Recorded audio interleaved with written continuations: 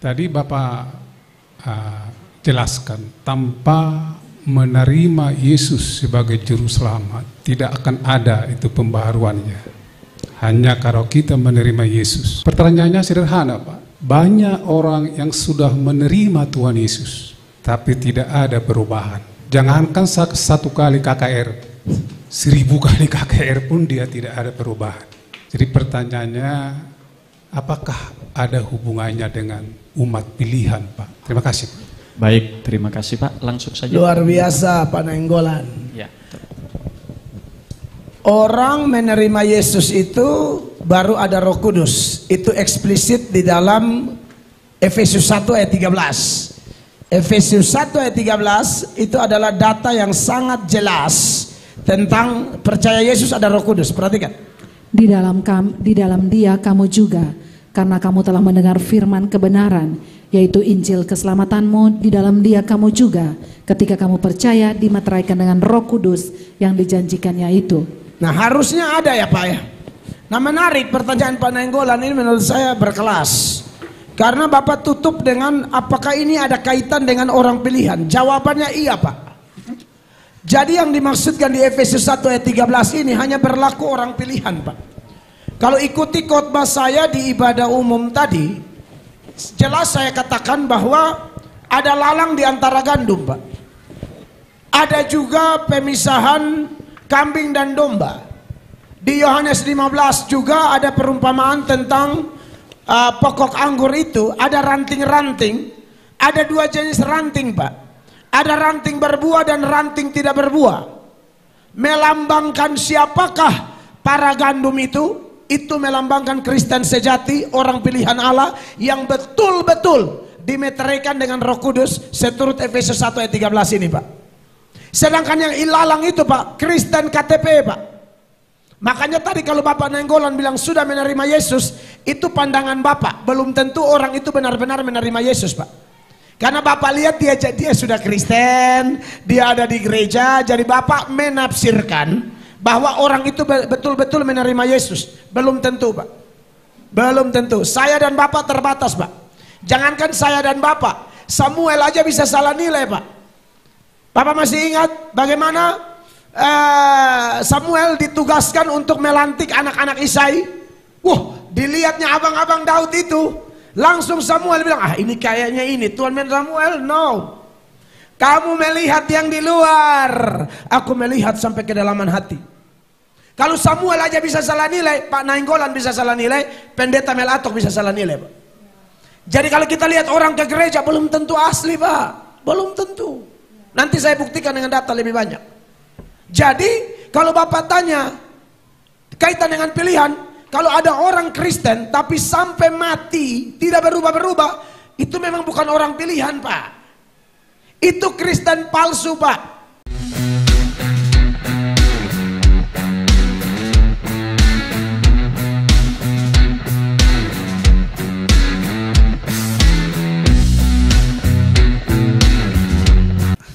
Baik, saya persilakan kepada Pak Pendeta Melatok. Terima kasih Pak Moderator dan Shalom. Baik, kekasih Tuhan, pembaharuan roh adalah topik yang menarik seturut Yehezkiel pasal 36 ayat 26. Tayangkan ayatnya dan saya ajak kita baca bersama-sama Yehezkiel pasal 36 ayat 26.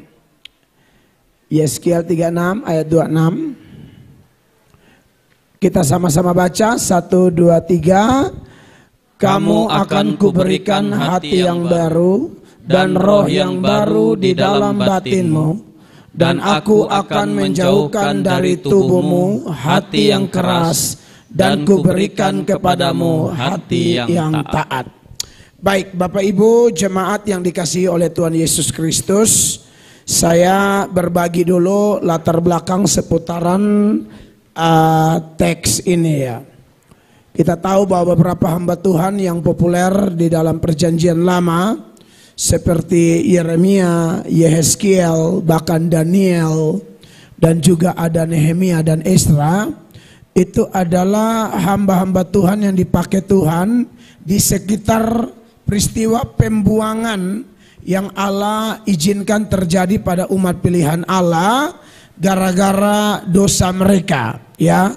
Kalau Yeremia tuh melihat langsung pembuangan dan ada di sekitar peristiwa awal pembuangan, sedangkan pada tahun 597 sebelum Masehi itu Yehezkiel, ya. Dan pada waktu pemulihan terjadi, Tuhan mengerjakan pemulihan itu mulai di zaman Esra, di zaman Nehemia. Nah, berkaitan dengan Yehezkiel sendiri, kekasih Tuhan, memang di dalam kitab Yehezkiel kalau kita lihat latar belakang kenapa ada janji ini, kenapa ada nubuatan ini, saudara-saudara, perlu saya seberangkan kepada Bapak Ibu jemaat sekalian sedikit garis besar latar belakang kondisi Yehuda pada waktu itu, bahwa memang sebelum pembuangan bangsa ini adalah kategori bangsa yang sangat keras, memberontak, tidak taat, melawan Tuhan, bahkan terjebak dalam penyembahan-penyembahan berhala yang dimulai dari para pemimpin mereka. Jadi ada istilah yang kita sering dengar, ikan itu busuk dari kepalanya. Jadi karena pemimpin-pemimpinnya seperti itu, kelihatannya dosa penyembahan berhala itu akhirnya menular. Ya, menular dalam artian secara rohani, ya. Dan itu juga kita bisa bandingkan misalnya di zaman Ahab. Waktu itu Nabi Elia punya zaman pelayanan. Ahab dan Isabel itu pasangan suami istri yang sangat-sangat melawan Tuhan. Dan akibat mereka menyembah Tuhan, akibat mereka melawan Tuhan, hampir seluruh Israel itu menyembah Baal. Kurang lebih Tuhan hanya kasih tinggal 7.000 orang yang tidak menyembah dan mencium Baal. Ya, kata Alkitab, tidak menyembah dan mencium. Kenapa ada kata mencium? Karena mencium itu adalah manifestasi penyembahan. Makanya kalau kita di Protestan, di dalamnya ada GKII juga, kita tidak diajarkan cium salib, cium Alkitab. Alkitab itu dibaca, bukan dicium-cium. Tanpa disadari ada orang yang praktekkan itu, cium kalung, cium ini, cium itu. Nah, ini bagian dari manifestasi penyembahan berhala juga. Makanya Tuhan tegaskan di zaman Elia itu sebagai pembanding tadi, bahwa Tuhan tinggalkan 7.000 orang yang tidak menyembah dan mencium Baal. Ya, ini sedikit penegasan supaya kita tahu kenapa kita Kristen Protestan itu beda. Nah, saudara-saudara yang diberkati oleh Tuhan Yesus Kristus, data tentang bagaimana mereka di masa lalu itu sangat keras, hatinya batu, itu ada di ayat sebelumnya atau pasal sebelumnya dari kitab Yehezkiel. Di dalam Yehezkiel pasal 11 ayatnya yang ke-19. Yehezkiel pasal 11 ayatnya yang ke-19 dikatakan di sana, aku akan memberikan mereka hati yang lain dan roh yang baru di dalam batin mereka. Juga aku akan menjauhkan dari tubuh mereka hati yang keras dan memberikan mereka hati yang taat. Jadi ini kondisi mereka sebelum pembuangan, hati keras, tidak mau dengar firman Allah. Pergumulan senada itu juga dihadapi oleh beberapa nabi yang lain. Di Alkitab itu ada nabi besar, ada nabi kecil, disoroti dari jumlah tulisannya. Salah satunya Nabi Zakaria misalnya sebagai pembanding, ya. Jadi memang bangsa ini modelnya dari waktu ke waktu tidak pernah mengalami satu perubahan begitu. Apalagi dalam urusan firman Allah mereka sangat keras. Padahal Bapak Ibu tahu bahwa sikap kita kepada Allah itu sangat ditentukan oleh sikap kita kepada firman. Ulang ya.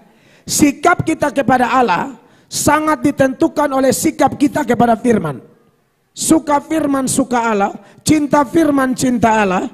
Hormat firman, hormat Allah. Begitu pula sebaliknya. Tidak suka firman, sebenarnya kita tidak suka Allah. Tidak senang firman, sebenarnya kita tidak senang kepada Allah. Makanya Mazmur 112 ayat 1, ayat itu berkata begini. Tanda orang takut Tuhan tuh suka firman.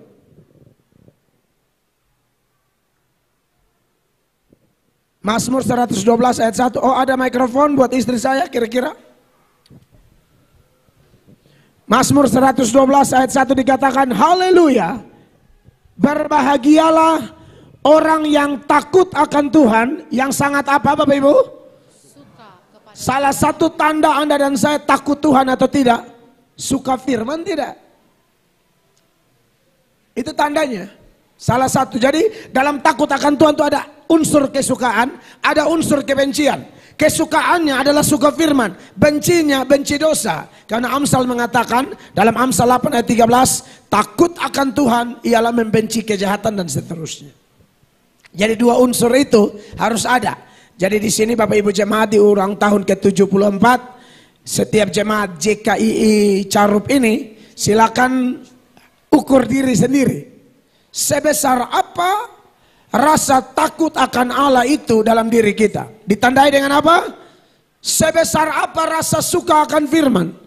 Dan sebesar apa kebencian kepada dosa? Itu aja. Sedangkan zaman nabi-nabi itu mereka memang tidak takut Tuhan. Misalnya Yeskiel pasal 7 mulai ayat 11. Ini bangsa-bangsa, memang bangsa ini bangsa yang melawan firman Tuhan luar biasa. Perhatikan. Kekerasan bersimahala rajarela. Bukan Yeskiel, Zakaria pembandingnya. Zakaria pasal 7 ayat 11. Zakaria ini pembandingnya. Tetapi mereka tidak mau menghiraukan, dilintangkannya bahunya untuk melawan, dan ditulikannya telinganya supaya jangan mendengar. Nah ini kurang lebih hati keras di zaman Yeskiel, terjadi juga di zaman Zakaria, terjadi juga di zaman Yeremia, terjadi juga di zaman Yesaya. Ya, mereka punya style, gaya hidup, karakteristiknya kayak begini nih. Mereka tidak mau menghiraukan, dilintangkannya bahunya untuk melawan, dan ditulikannya telinganya supaya jangan mendengar. 12. Mereka membuat hati mereka keras seperti batu ambrel, supaya jangan mendengar pengajaran dan firman yang disampaikan Tuhan semesta alam. Ayat 12-nya. Melalui rohnya dengan perantaran para nabi yang dahulu. Oleh sebab itu datang murka yang hebat daripada Tuhan. 12. Bukan. Tidak. Zakaria 7 ayat 12. Zakaria 7 11 habis 12 gitu. Bukan pindah. Ayat beda sama pasal, Dek. Siapa yang main? Yang tadi. Oke.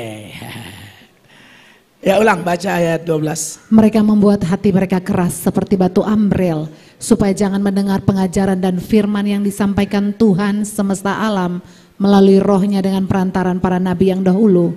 Oleh sebab itu datang murka yang hebat daripada Tuhan. Iya, ini kondisi umat Tuhan di zaman nabi-nabi ya, termasuk Yeskiel tadi. Dan akibatnya adalah pembuangan kekasih Allah. Nah inilah Tuhan kita nih. Di mata Tuhan itu tidak ada anak emas, tidak ada anak tiri. Barang siapa kukasihi, kutegur dan kuhajar. Ya. Apalagi mereka umat pilihan Allah yang banyak diberi, yang banyak tahu. Wah, kalau banyak tahu lalu tidak melakukan, itu pukulannya lebih banyak Bapak Ibu. Coba buka Lukas 12 ayat 47. Lukas 12 ayat 47, perhatikan. Adapun hamba yang tahu akan kehendak tuannya, tetapi yang tidak mengadakan persiapan atau tidak melakukan apa yang dikehendaki tuannya, ia akan menerima banyak pukulan. Kenapa dia menerima banyak pukulan? Karena dia banyak tahu, tapi apa yang dia tahu itu dia cuekin, dia tidak lakukan. Lebih banyak dapat pukulan. Beda dengan dia yang tidak tahu, lalu melanggar firman Allah, pukulannya dikit. Ampal 8. Tetapi barang siapa tidak tahu akan kehendak tuannya dan melakukan apa yang harus mendatangkan pukulan, ia akan menerima sedikit pukulan. Iya, jadi Bapak Ibu perhatikan ini ya, di usia 74. Saya yakin sudah banyak pendeta nih, per periode diganti minimal 2 periode 10 tahun.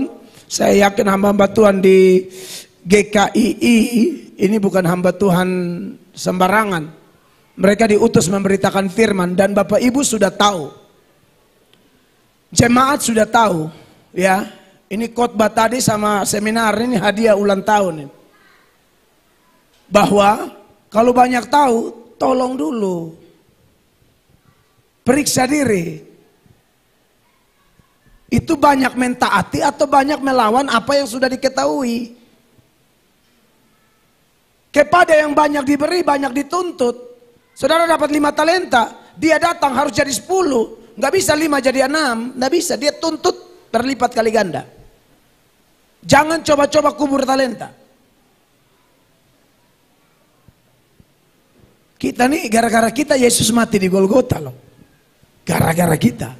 Dia hanya minta mana bentuk syukurmu. Mana bentuk rasa syukur karena sudah diselamatkan oleh Allah. Makanya Israel dibuang. Kami hamba-hamba Tuhan sudah punya pengalaman masing-masing lah. Saya aja nih, jujur aja nih Bapak Ibu. Dibanting Tuhan beberapa kali. Di awal-awal jadi pendeta masih muda-muda kan masih agak belum stabil kan. Kayak emang masih mau nakal-nakal gitu. Dibanting. Saya pernah hampir mati, udah menikah awal-awal. Di awal pernikahan jujur aja saya agak kasar sama istri saya ini. Oh itu Tuhan banting benar-benar. Pulang khotbah, jangan motor pelan-pelan aja dibanting begitu. Saya yakin Tuhan yang banting itu. Apa datanya? Burung pipit kecil di atas tidak mungkin jatuh ke dunia tanpa seizin Allah. Apalagi pendeta berkolar ini. Burung pipit aja nggak mungkin jatuh di luar kehendak Allah, apalagi saya hamba Allah. Tiba-tiba bisa celaka begitu, hampir digiling truk. Ya sudah pemberesan, minta maaf sama istri. Tuhan nggak main-main, biar lu pengkhotbah ke apa ke. Karena banyak tahu, Bapak Ibu. Syukur-syukur saya tidak mati, jadi ada kesempatan bertobat. Kan bertobat itu terjadi ada yang 1 kali seumur hidup. Saat orang terima Yesus cukup 1 kali. Tapi bertobat dari karakter itu terus menerus seumur hidup. Dan itu kita membutuhkan tema ini. Pembaharuan roh. Yehuda di zaman Yeskiel ada dalam pembuangan. Sebelum pembuangan kepala batu. Setelah dibuang, waduh hancur-hancur psikologinya, sosialnya ambruk betul-betul. Mereka kering tanpa pengharapan. Maka muncul Yeskiel pasal 37 ayatnya yang ke-11. Ini sesudah pembuangan atau ada di dalam pembuangan maksud saya. Firman-Nya kepadaku, hai anak manusia, tulang-tulang ini adalah seluruh kaum Israel. Sungguh mereka sendiri mengatakan, tulang-tulang kami sudah menjadi kering dan pengharapan kami sudah lenyap, kami sudah hilang. Iya, dulu keras kepala, kepala batu, bagian dihukum, ini yang terjadi. Makanya janji di Yeskiel 36 ayat 26 ini datang di sekitar kondisi ini Bapak Ibu terkasih. Ya. Nah kalau kita tarik dalam konteks kita sekarang Bapak Ibu, kalau lihat data yang kita soroti. Yeskiel 36 ayat 26 di mana ada janji pembaharuan. Pembaharuan hati dan roh. Itu terjadi dan progresnya itu bertahap. Puncaknya adalah ketika Yesus datang, dia mati di Golgota dan hari Pentakosta Roh Kudus dicurahkan. Tanpa ini saudara-saudara, kita semua yang ada sekarang ini tidak lebih baik dari Israel. Kadang-kadang kita juga begitu. Persoalannya di mana? Hati kita ini kotor. Makanya janji dari Yeskiel 36 ayat 26 seputaran pembaharuan roh dikatakan kamu akan kuberikan hati yang baru dan roh yang baru di dalam batinmu dan aku akan menjauhkan dari tubuhmu hati yang keras dan kuberikan kepadamu hati yang taat. Ya.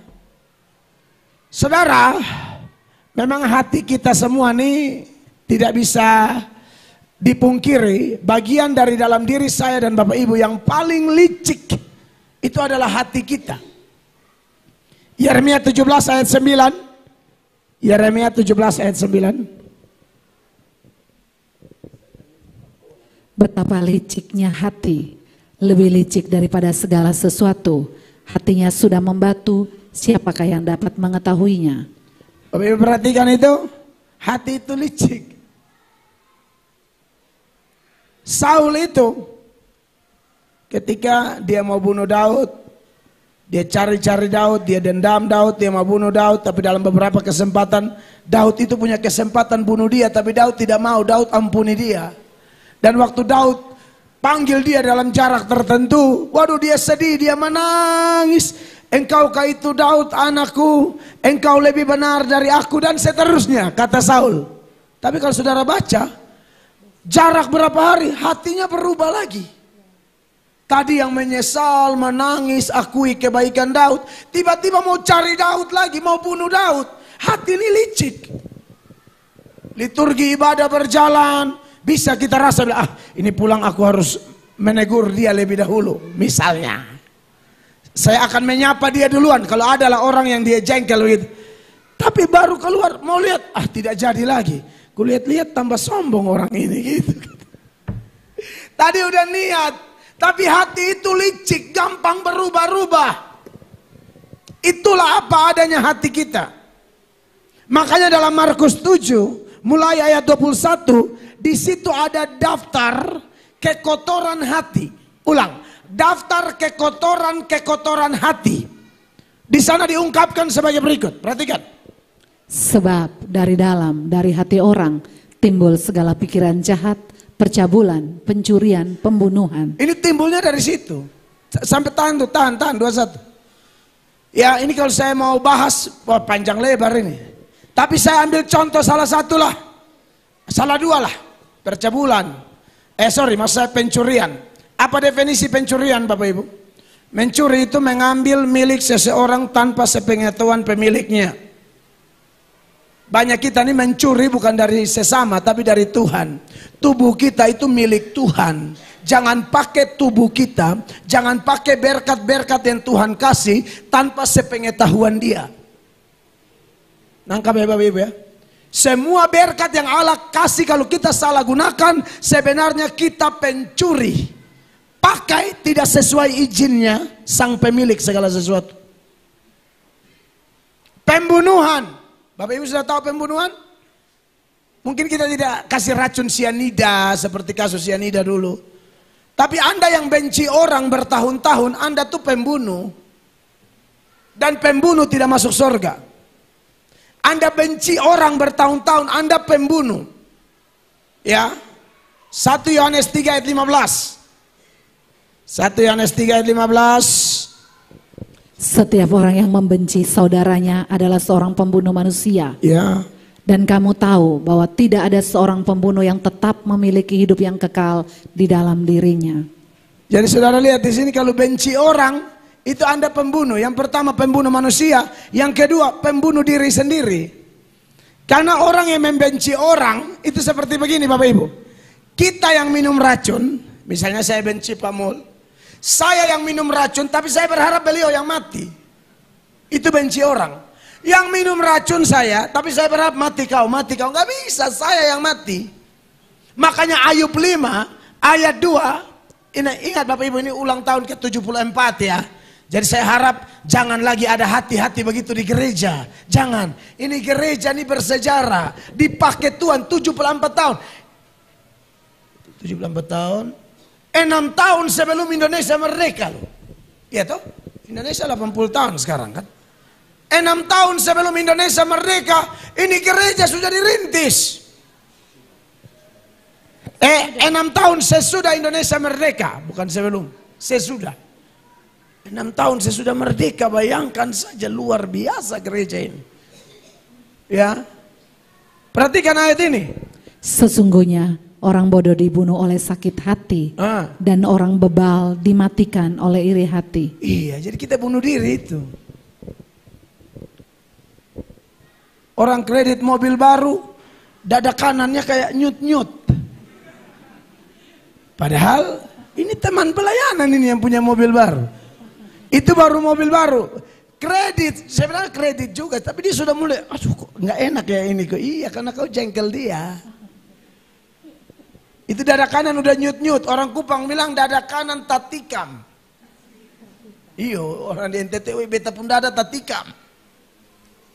Mereka liburan ke Singapura, stroke ringan. Nah, ini. Karena itu matinya pelan-pelan. Mereka liburan ke Eropa, mati setengah. Setengahnya mati. Iya toh? Mereka bangun kos-kosan 50 kamar, mati di tempat. Kenapa? Terlalu iri. Ngapain iri-iri? Orangnya yang kita iri semakin dipromosikan Allah, semakin diberkati, kita yang semakin nyungsep, hancur. Nah ini dari mana? Dari hati. Lalu dilanjutkan di ayat 22 dari Markus 7 itu, dikatakan di sana daftar kekotoran yang lain adalah persinahan, keserakahan, kejahatan, kelicikan, hawa nafsu, iri hati, hujat, kesombongan, kebebalan. Ini dari mana semua ini nih? Semua hal-hal jahat itu timbul dari dalam dan menajiskan orang. Nah kalau sudah kondisi begini saudara, jadi ini kita bukan ngomong latar belakang Yehuda saja, kita konteks sekarang pun kalau tidak menjaga hati dengan segala kewaspadaan, maka kekotoran yang satu akan melahirkan kekotoran-kekotoran yang lain dan kondisi kita tambah hancur. Maka janji tentang pembaharuan Roh Kudus yang sudah digenapi 2000-an tahun yang lalu pada hari Pentakosta dan sampai hari ini Roh Kudus sedang bergerak. Hanya ini yang bisa mengubahkan hati kita. Bagaimana Roh Kudus bisa ada dalam diri seseorang? Saat orang itu percaya kepada Yesus, beriman kepada Yesus, roh dimeteraikan dalam dirinya. Dan memang dosa-dosa tadi itu, kekotoran-kekotoran hati tadi itu tidak bisa diselesaikan dengan cara apapun kecuali dengan darah Yesus Kristus. Amin, kekasih Allah. Tidak bisa. Makanya kalau anak, misalnya katakanlah anak kita kata kotor, lalu kita gosok sambal di sini, sambal tidak akan menyelesaikan dosa. Untuk saat itu dia takut. Saudara bisa begini di mulutnya, tapi di hatinya dia lagi maki Anda orang tua. Karena tidak bisa membereskan. Segala disiplin yang kita buat, kalau tanpa pertolongan Roh Kudus tidak bisa. Maka satu-satunya cara adalah harus beriman kepada Yesus Kristus. Makanya dalam Ibrani 9 ayatnya yang ke-13 dan 14 itu kontras antara ritual Yudaisme dan pengorbanan Kristus yang menyucikan hati kita. 13. Sebab jika darah domba jantan dan darah lembu jantan dan percikan abu lembu muda menguduskan mereka yang najis sehingga mereka disucikan secara lahiriah. Terus 14-nya, betapa lebihnya darah Kristus yang olehnya roh yang kekal telah mempersembahkan dirinya sendiri karena Allah sebagai persembahan yang tak bercacat akan menyucikan hati nurani kita dari perbuatan-perbuatan yang sia-sia supaya kita dapat beribadah kepada Allah yang hidup. Iya, luar biasa. Betapa lebihnya darah Kristus yang oleh apa? Roh yang kekal. Jadi apa yang dinubuatkan dalam Yeskiel 36 ayat 26 tergenapi di dalam Yesus Kristus, di dalam pencurahan Roh Kudus juga. Dan di sini malahan disebutkan dua-dua. Ya. Dikatakan betapa lebihnya darah Kristus yang oleh roh. Itu Roh Kudus yang kekal telah mempersembahkan dirinya sendiri kepada Allah sebagai persembahan yang tak bercacat. Akan apa Bapak Ibu? Menyucikan hati nurani kita dari perbuatan yang sia-sia yang terdaftar di Markus tadi itu. Itu dibersihkan hanya oleh darah Yesus. Maka diberkatilah kita yang sudah menerima Yesus sebagai Tuhan dan Juru Selamat. Dan tadi malam saya tambahkan beberapa kepada anak-anak muda dan saya tambahkan juga kepada jemaat sebelum kita masuk dalam sesi tanya jawab. Memang kita harus kuat dalam firman Allah Bapak Ibu. Manfaat firman Allah itu ada dalam 2 Timotius 3 ayat 16. Dia bilang begini, segala tulisan yang diilhamkan Allah memang bermanfaat untuk mengajar, untuk menyatakan kesalahan, untuk memperbaiki kelakuan, dan untuk mendidik orang dalam kebenaran. Lalu ayat 17-nya bilang begini, dengan demikian tiap-tiap manusia kepunyaan Allah diperlengkapi untuk setiap perbuatan baik. Jadi memang roh dan firman tidak bisa dipisahkan. Jadi berkatilah Bapak Ibu yang masih segar dengar firman. Walaupun beberapa saya lihat mungkin lelah, sudah mulai ngantuk. Tapi percayalah firman ini menyegarkan roh Anda. Amin. Oleh karena itu, semua pertanyaan sebisa mungkin saya jawab pakai firman. Ya, Tuhan Yesus memberkati. Saya serahkan kepada Bapak moderator. Baik, terima kasih Pak Pendeta untuk materinya kurang lebih 30 menit. Bapak Ibu dipersilakan bagi yang ingin menyampaikan pertanyaan, boleh secara langsung. Bagi yang secara langsung silakan angkat tangan. Kemudian panitia akan memberikan mic. Yang muda-muda, anak-anak muda silakan juga. Dari belakang. Tadi malam sudah mendengarkan materi, tema besar kita sama, yaitu karya Roh Kudus. Jadi yang muda mau yang sudah berusia silakan. Silakan langsung, itu anak muda bagian tengah. Silakan berdiri, sebutkan nama, karena kita tidak semua dari GKI Curup. Shalom, perkenalkan nama saya Hotma Adipusvita, saya dari Asrama Pelita Kasih Bengkulu. Saya mau tanya, apakah pembaharuan roh hanya tentang pengalaman pribadi atau upset lainnya? Ulang, Kak. Pengalaman pembaharuan roh. Apakah pembaharuan roh hanya tentang pengalaman pribadi atau upset lainnya seperti perubahan pikiran dan perilaku? Siap, terima kasih. Terima kasih. Terima kasih Hotma ya. Iya. Oke Hotma, thank you. Saya langsung respon aja ya Pak moderator ya. Ya, jadi memang pembaharuan Roh Kudus itu ya seluruh diri kita. Kalau sebenarnya ada pandangan namanya trikotomi atau dikotomi, tapi kita tidak bahas di sini. Kalau trikotomi itu mengatakan bahwa manusia itu terdiri dari 3 elemen ya. Ada tubuh, ada roh, ada jiwa ya.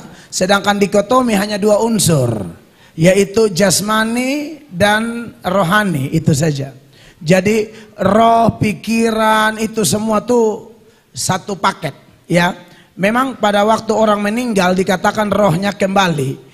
Tetapi sebenarnya kalau belajar lebih dalam itu dipakai secara interchangeable. Interchangeable itu dipakai secara bolak-balik. Karena ada data di dalam Wahyu 6 ayat 9 yang mengatakan yang ada di surga itu jiwa, bukan roh. Perhatikan. Saya hanya mau kasih tahu ini supaya Anda tahu bahwa itu istilah-istilah yang istilah hanya penumpukan saja, tapi mengarah kepada rohani kita. Wahyu 6 ayat 9. Dan ketika anak domba itu membuka meterai yang kelima, aku melihat di bawah mezbah jiwa-jiwa mereka yang telah dibunuh oleh karena firman Allah dan oleh karena kesaksian yang mereka miliki. Jadi walaupun kata Yunaninya beda ya, jiwa itu psuke, makanya ada ilmu psikologi ya. Sedangkan roh itu pneuma, kata Yunaninya beda tapi merujuk kepada hal yang sama, dipakai pada secara interchangeable dalam pandangan dikotomi. Kalau saya memang dulu trikotomi, tapi ini tidak mempengaruhi keselamatan ya Bapak Ibu ya, hanya sedikit menjawab itu supaya lebih lengkap saja. Tapi ketika saya belajar baik-baik, dikotomi lebih kuat gitu ya. Jadi kesimpulannya adalah kalau Anda bilang roh itu membaharui apa, ya dia membaharui seluruhnya rohani kita dan berujung kepada bukan cuma rohani tetapi tubuh kita ini, karena dari dalam sudah dibaharui, maka mau tidak mau tubuh kita akan dimampukan untuk betul-betul memuliakan Tuhan ya. Karena 1 Korintus 6 ayat 20 ditegaskan di sana bahwa kamu telah dibeli dan harganya telah lunas dibayar, karena itu muliakanlah Allah dengan tubuhmu. Dan saya tahu ini memang tidak mudah, ini perjuangan seumur hidup. Seperti saya katakan tadi, bertobat itu ada yang terjadi sekali seumur hidup, yaitu dari belum menerima Yesus menjadi menerima Yesus. Waktu seorang berdosa terima Yesus, dia tidak langsung jadi seperti malaikat atau saleh mendadak, tidak. Saya yakin dia berproses. Dia mulai berusaha membuang kata kotor, dia mulai berusaha untuk tahan emosi, dia mulai berusaha untuk mengampuni, dia mulai berusaha disiplin dalam ibadah, disiplin dalam jam doa dan lain-lain. Dan ini berlangsung seumur hidup. Tadi saya singgung dalam ibadah umum bahwa ketika orang dimeteraikan dengan Roh Kudus, ada pengakuan keselamatan, tapi juga ada perubahan karakter. Itu yang namanya buah roh. Kenapa istilah buah roh itu dipakai kata buah? Tidak ada orang tanam jeruk madu. Saya lewat jeruk madu enak ya, Mam ya. Tidak ada tanam jeruk madu, tanam hari ini berbuah, hari ini matang, hari ini. Nggak ada. Bohong itu.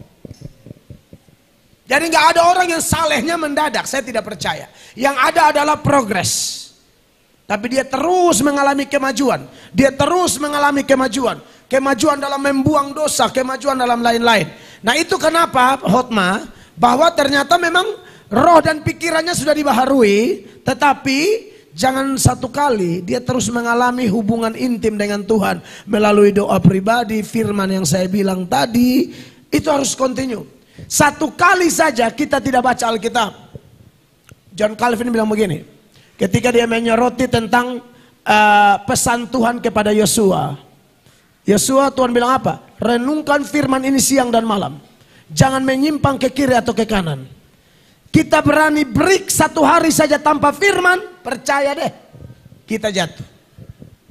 Satu hari aja tanpa firman, satu hari aja tanpa saat teduh, habis kita. Maka dari itu, Hotma dibaharui semua, tetapi tidak langsung mendadak. Itu ada progres terus menerus. Tapi jangan takut, Roh Kudus kalau sudah dimeteraikan, dalam ilmu pneumatologi, beda kerja Roh Kudus perjanjian lama dan perjanjian baru. Perjanjian lama roh kerja tidak permanen. Orang berdosa rohnya keluar. Seperti 1 Samuel 16 ayat 14 yang terjadi pada Saul. Tolong baca. Tetapi roh Tuhan telah mundur daripada Saul, dan sekarang ia diganggu oleh roh jahat yang daripada Tuhan. Iya. Kenapa roh mundur? Saul berdosa. Daud berdosa, dia bilang jangan ambil rohmu daripadaku. Itulah pekerjaan Roh Kudus di perjanjian lama. Tapi di perjanjian baru dimeteraikan. Jadi tidak bisa keluar lagi. Pembaharuan dimulai dari pikiran, hati, semua. Ya sampai tubuh kita dituntut untuk semakin menjadi saksi yang baik, yang kudus untuk kemuliaan nama Tuhan. Ya, jadi harus dijaga. Begitu. Tuhan berkati Hotma.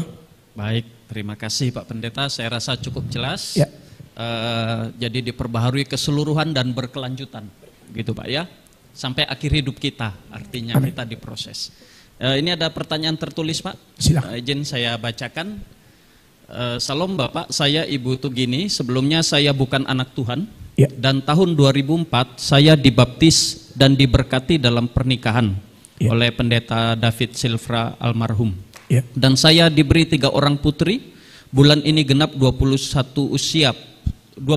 tahun usia pernikahan kami. Saya sangat bersyukur melalui firman Tuhan yang saya dengar dari tadi malam. Saya rindu roh saya diperbaharui oleh Tuhan. Dan saya rindu mau mengampuni saudara-saudara kami. Sebenarnya masih banyak pergumulan lainnya.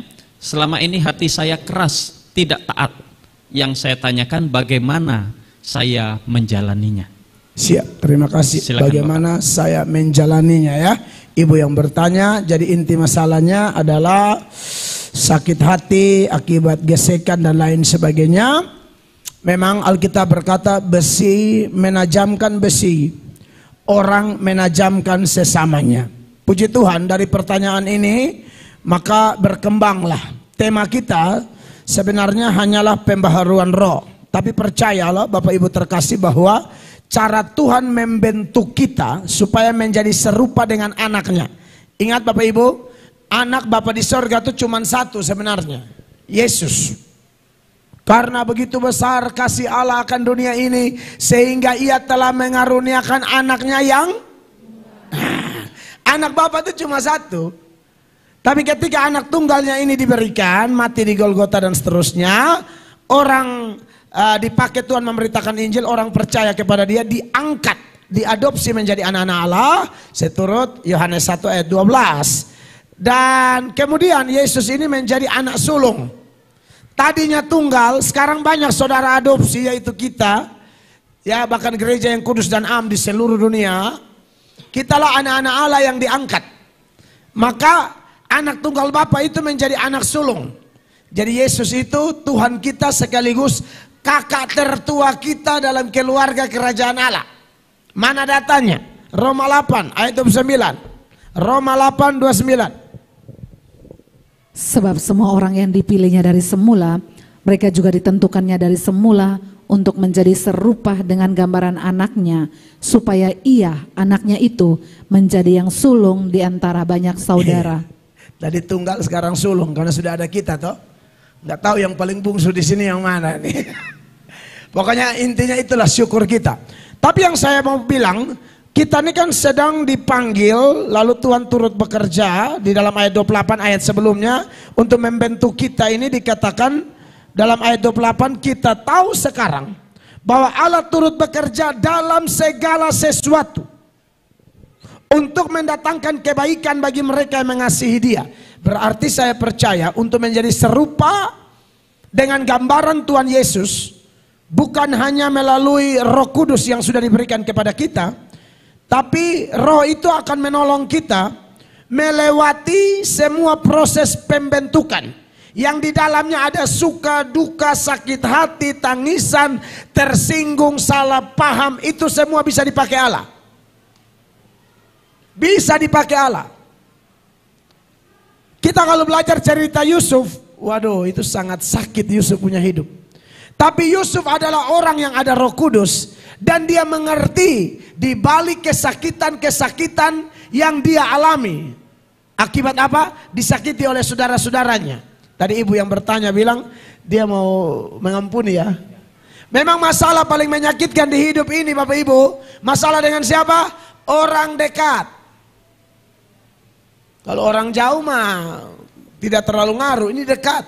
Ipar sendiri, nan tulang, ya kan? Sama siapa lagi? Mertua, sakit banget tuh. Teman curhat. Tapi itu bukan alasan kita tidak bisa mengampuni. Makanya penanya tadi kasih tahu, bagaimana supaya kita bisa ya? Saya mesti kasih tahu bahwa memang kita harus betul-betul yang pertama memahami rencana Allah, memahami juga cara kerja Allah. Kadang-kadang melalui orang-orang yang menjengkelkan itu, Allah memang sedang melatih kita untuk betul-betul kita bisa melawan kedagingan kita sehingga kita bisa melepaskan pengampunan. Yusuf juga pasti sakit lah. Tetapi ketika dia sudah pulih, awal-awal tuh dia sempat keras sama mereka, dia sempat kasih penjara Simeon. Dia bilang ambil Benyamin datang. Dia tidak mau langsung perkenalkan diri. Awalnya, menurut saya serohani-rohaninya Yusuf, ya mungkin adalah bekas-bekas sedikit. Tapi akhirnya bagaimanapun orang yang sudah dipimpin Roh Kudus, saya yakin dia berkemenangan. Maka di semua proses-proses itu dia sudah tidak tahan hati lagi. Di Kejadian 45 ayatnya yang pertama dikatakan demikian. Kejadian 45 ayat 1. Ketika itu Yusuf tidak dapat menahan hatinya lagi di depan semua orang yang berdiri di dekatnya. Lalu berserulah ia, suruhlah keluar semua orang dari sini. Maka tidak ada seorang pun yang tinggal di situ bersama-sama Yusuf ketika ia memperkenalkan dirinya kepada saudara-saudaranya. Ini sudah sempat dia sedikit mempermainkan mereka ya. Suruh ambil, kembali lagi ke bapaknya, datang. Ya, sekali lagi Yusuf bukan manusia sempurna. Tapi yang saya soroti di sini, saya tidak, kalau ambil teladan Yesus ya itu sudah pasti sempurna. Tapi ini ambil teladan yang tidak sempurna aja lah. Artinya pasti bisa. Lalu kemudian Yusuf mulai memperkenalkan dirinya dan langsung saja di ayat 5 dari Kejadian 45 Yusuf bilang apa? Tetapi sekarang janganlah bersusah hati dan janganlah menyesal diri karena kamu menjual aku ke sini, sebab untuk memelihara kehidupanlah Allah menyuruh aku mendahului kamu. Iya.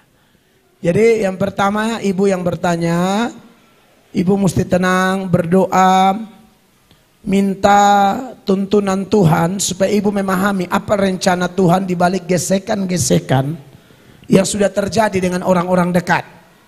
Saya yakin apa yang Tuhan kerjakan pada Yusuf, hal yang sama akan Roh Kudus kerjakan kepada ibu juga yang bertanya tadi. Sehingga ibu tahu bahwa oh ini gesekan ini tidak kebetulan. Kami semua ini juga begitu. Ya, saya dan istri waktu menikah Banyak orang lah, kadang-kadang kerabat dekat, baik istri, baik kerabat saya, kok tidak suka sama kami gitu loh. Sampai dikutuk-kutukinya kami. Lihat ya, gak bakalan ada anak kalian. Kalau ada anak, potong jari saya.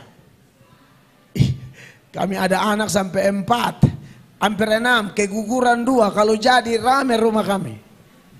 Jadi ternyata kutuk-kutuk seperti itu gak masuk, gak laku. Bagi anak Tuhan silakan kau mengutuk, kutuk itu bisa kembali kepada yang mengutuk. Kita mental nggak bakalan masuk.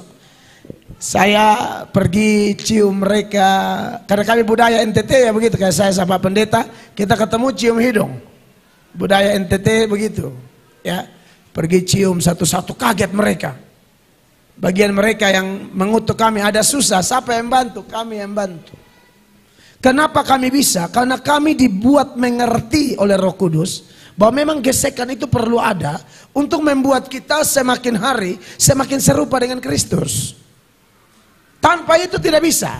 Jadi sebenarnya ada sisi positif di balik gesekan-gesekan yang ada di keluarga kita atau yang ada di gereja kita. Tetapi bagaimanapun topik pembaharuan Roh Kudus ini sangat-sangat mendasar. Karena tanpa ini orang sulit sekali untuk memaafkan. Tapi kalau Roh Kudus bekerja, kita paham ini semua, saya yakin kok dengan mudah kita melepaskan pengampunan. Ya, makanya Yusuf mengatakan itu. Lebih tajam lagi di Kejadian 50 ayat 20. Yusuf bilang begini sama mereka. Kejadian 50 ayat 20. Memang kamu telah mereka-rekakan yang jahat terhadap aku, tetapi Allah telah mereka-rekakannya untuk kebaikan dengan maksud melakukan seperti yang terjadi sekarang ini, yakni memelihara hidup suatu bangsa yang besar. Mereka jahat kepada saya, tapi kejahatan mereka Allah turut bekerja justru mendatangkan kebaikan. Kalau mereka nggak jual Yusuf ke Mesir, mana bisa dia jadi Perdana Menteri di situ? Tidak bisa. Satu kali ada pendeta dari Jakarta mau khotbah di Solo. Semua sudah oke. Kayak minta maaf kayak saya beginilah. Hotel sudah ada semua. Waktu dia ke Soekarno-Hatta, itu ternyata seatnya dia di pesawat Lion Air itu ada 2, misalnya 2A. 2A itu ada 2 orang. Bertengkarlah mereka, bertengkar rame. Singkat cerita, Pak Pendeta ini yang tidak bisa diterbangkan. Dia yang batal terbang. Waduh, sedangkan KKR-nya malam kan, Jakarta Solo, pikir satu penerbangan, dia sampai langsung khotbah, dibatalkan sudah. Wih, marah-marah pendeta ini. Dia berantem sama ini pegawai di Lion Air. Pulang lagi Jakarta macet, marah-marah dia, sampai rumah dia masih emosi. Singkat cerita, pas di rumah dia buka televisi. Dia buka televisi, dia nonton apa? Lion Air tadi itu jatuh di Solo. Di situ dia berlutut di depan televisi, dia menangis dengan Tuhan. Jadi jangan cepat marah-marah. Kadang-kadang yang tidak enak itu yang Allah pakai untuk membuat kita mengerti rencananya. Kamu mereka-reka yang jahat, tapi Tuhan buat yang baik. Amin, kekasih Allah. Jadi buat ibu tadi yang pertama itu, yang kedua, ibu sadarilah, ibu sudah dibaptis dari tahun berapa, ibu non-Kristen sebelumnya, udah masuk Kristen, ibu harus tetap mengampuni. Kenapa? Karena ibu sudah diampuni. Efesus 4 ayat 32, perhatikan. Efesus 4 ayat 32. Tetapi hendaklah kamu ramah seorang terhadap yang lain, penuh kasih mesra dan saling mengampuni, sebagaimana Allah di dalam Kristus telah mengampuni kamu. Iya, sebagaimana Allah di dalam Kristus telah mengampuni kamu. Saya yakin ibu pasti bisa, ya. Dan yang berikut ibu, jangan jauhkan diri dari pertemuan ibadah, Bu. Ikut ibadah, lalu yang berikut saat teduh Anda dengan firman tuh harus mulai hari selalu dengan firman Allah, dengan doa. Percayalah Tuhan akan tolong kita. Dan pas berdoa, ingat, doakan orang yang menjengkelkan itu. Orang suka tanya, mengasihi baru mendoakan atau mendoakan baru mengasihi? Yang benar ialah mendoakan dulu. Sehingga Tuhan bisa mengubah hati yang penuh kebencian itu menjadi kasih. Karena orang yang melukai kita atau orang yang tidak kita sukain, kita bawa di hadirat Allah, maka Allah akan mengubah hati kita, mengubah yang awalnya benci lama-lama jadi sayang. Tuhan berkati. Baik, terima kasih Pak Pendeta, terima kasih Bu Tugini yang cukup pengalaman pribadi masalahnya ini dan disampaikan di publik, dan kiranya Tuhan menolong. Jadi saya rasa sudah jelas yang disampaikan Pak Pendeta tadi, bahwa kita tidak mungkin bisa mengampuni kalau ternyata tidak ada orang yang diizinkan Tuhan menyakiti kita. Jadi karena ada orang yang Tuhan izinkan menyakiti kita, disitulah kita belajar mengampuni. Dan itu tadi ternyata adalah proses, bagian proses berkelanjutan bagian satu tadi Pak ya. Oke, baik, kita lanjutkan, silakan. Iya Pak, dari belakang ke satu orang. Silakan Pak Nainggolan dari belakang. Terima kasih Pak. Yang atas siap-siap ya pertanyaannya, dari tadi yang di bawah. Silakan Pak. Terima kasih Pak atas waktunya. Seminar temanya ini pembaharuan roh. Ini sangat mendalam ini Pak. Tadi Bapak jelaskan, tanpa menerima Yesus sebagai juru selamat tidak akan ada itu pembaharuannya. Hanya kalau kita menerima Yesus. Pertanyaannya sederhana Pak. Banyak orang yang sudah menerima Tuhan Yesus tapi tidak ada perubahan. Jangankan satu kali KKR, 1000 kali KKR pun dia tidak ada perubahan. Jadi pertanyaannya, apakah ada hubungannya dengan umat pilihan Pak? Terima kasih. Baik, terima kasih Pak. Langsung saja. Luar biasa Pak Nainggolan. Ya. Orang menerima Yesus itu baru ada Roh Kudus. Itu eksplisit di dalam Efesus 1 ayat 13. Efesus 1 ayat 13 itu adalah data yang sangat jelas tentang percaya Yesus ada Roh Kudus. Perhatikan. Di dalam Dia kamu juga, karena kamu telah mendengar firman kebenaran, yaitu Injil keselamatanmu. Di dalam Dia kamu juga, ketika kamu percaya, dimateraikan dengan Roh Kudus yang dijanjikannya itu. Nah harusnya ada ya Pak ya. Nah menarik pertanyaan Pak Nainggolan ini, menurut saya berkelas. Karena Bapak tutup dengan apakah ini ada kaitan dengan orang pilihan. Jawabannya iya Pak. Jadi yang dimaksudkan di Efesus 1 ayat 13 ini hanya berlaku orang pilihan Pak. Kalau ikuti khotbah saya di ibadah umum tadi, jelas saya katakan bahwa ada lalang di antara gandum Pak. Ada juga pemisahan kambing dan domba. Di Yohanes 15 juga ada perumpamaan tentang pokok anggur itu. Ada ranting-ranting. Ada dua jenis ranting Pak. Ada ranting berbuah dan ranting tidak berbuah. Melambangkan siapakah para gandum itu? Itu melambangkan Kristen sejati, orang pilihan Allah yang betul-betul dimeteraikan dengan Roh Kudus seturut Efesus 1 ayat 13 ini Pak. Sedangkan yang ilalang itu Pak, Kristen KTP Pak. Makanya tadi kalau Bapak Nainggolan bilang sudah menerima Yesus, itu pandangan Bapak. Belum tentu orang itu benar-benar menerima Yesus Pak. Karena Bapak lihat dia sudah Kristen, dia ada di gereja, jadi Bapak menafsirkan bahwa orang itu betul-betul menerima Yesus. Belum tentu Pak. Belum tentu. Saya dan Bapak terbatas Pak. Jangankan saya dan Bapak, Samuel aja bisa salah nilai Pak. Bapak masih ingat bagaimana Samuel ditugaskan untuk melantik anak-anak Isai?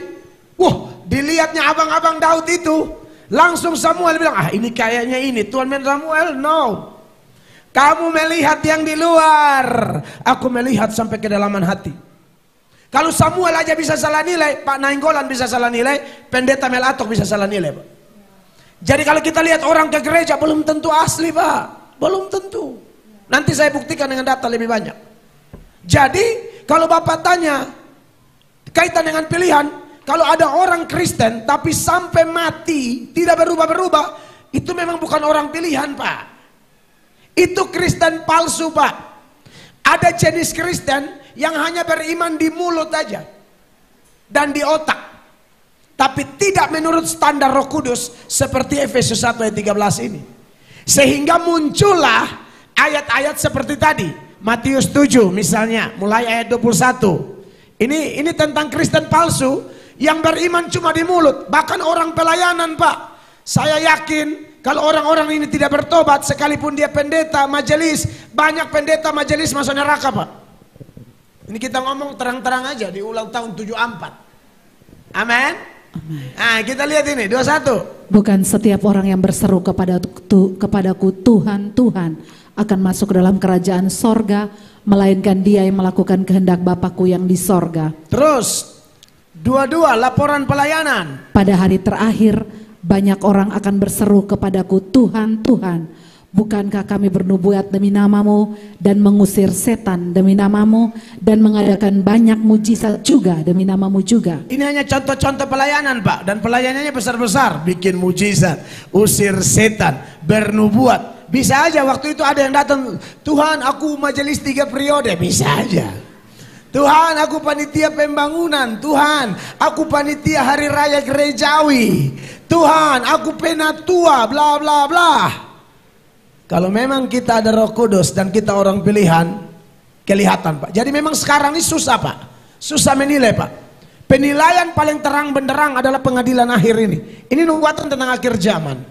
Dan 23-nya sangat menarik. Dan ada yang mau saya terangkan di ayat 23 yang mungkin mengagetkan beberapa saudara yang belum pernah dengar. Perhatikan. Pada waktu itulah aku akan berterus terang kepada mereka dan berkata, aku tidak pernah mengenal engkau, enyalha daripadaku kamu sekalian pembuat kejahatan. Tuhan Yesus dalam ayat ini tidak berkata, oh dulu aku kenal engkau, kau kan yang majelis itu kan, kau kan yang pakai, yang ikut kor itu yang seragam biru. Ini contoh aja, ini contoh kecil.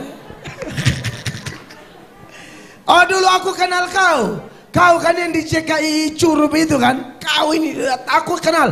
Tidak ada omongan itu, Pak Nainggolan. Yang ada ialah aku tidak pernah mengenal kamu. Saya baca komentar para teolog seputaran ayat ini, Pak. Mereka bilang begini, satu kali dia kenal kita terus. Satu kali dia tidak kenal kita, dia tidak kenal kita terus. Makanya kalau Bapak tanya, apakah ada kaitan dengan pemilihan? Iya, Pak. Tidak ada pemilihan mendadak, Pak. Orang pilihan itu sudah dipilih sebelum dunia dijadikan. Efesus 1 ayat 4. Perhatikan. Efesus 1 ayat 4. Sebab di dalam Dia Allah telah memilih kita sebelum dunia dijadikan supaya kita kudus dan tak bercacat di hadapannya. Efesus 1 ayat 4. Tunjukkan dulu tim ayat supaya ulang mesti enak kalau ada ayat. Sebab di dalam Dia Allah telah memilih kita sebelum dunia dijadikan supaya kita kudus dan tak bercacat di hadapannya. Jadi kalau ada orang bisa percaya Yesus, ya itu hanya satu peristiwa di mana Tuhan menggenapi. Jadi saya Pak Pendeta, para penginjil ini, kalau kami khotbah ada orang bertobat, sebenarnya kami sedang dipakai untuk mencari mana sih orang-orang pilihan Allah itu, gitu aja. Supaya jangan ada yang sombong. Sebelum dunia ada, Tuhan sudah pilih mana orang diselamatkan, mana tidak. Makanya di Kisah Rasul 13 ayat 48, ini latar belakang ayat ini begini, Pak. Orang-orang Yahudi itu notabene sudah orang pilihan katanya, padahal itu pilihan secara nasional sebenarnya. Pilihan masuk surga beda cerita.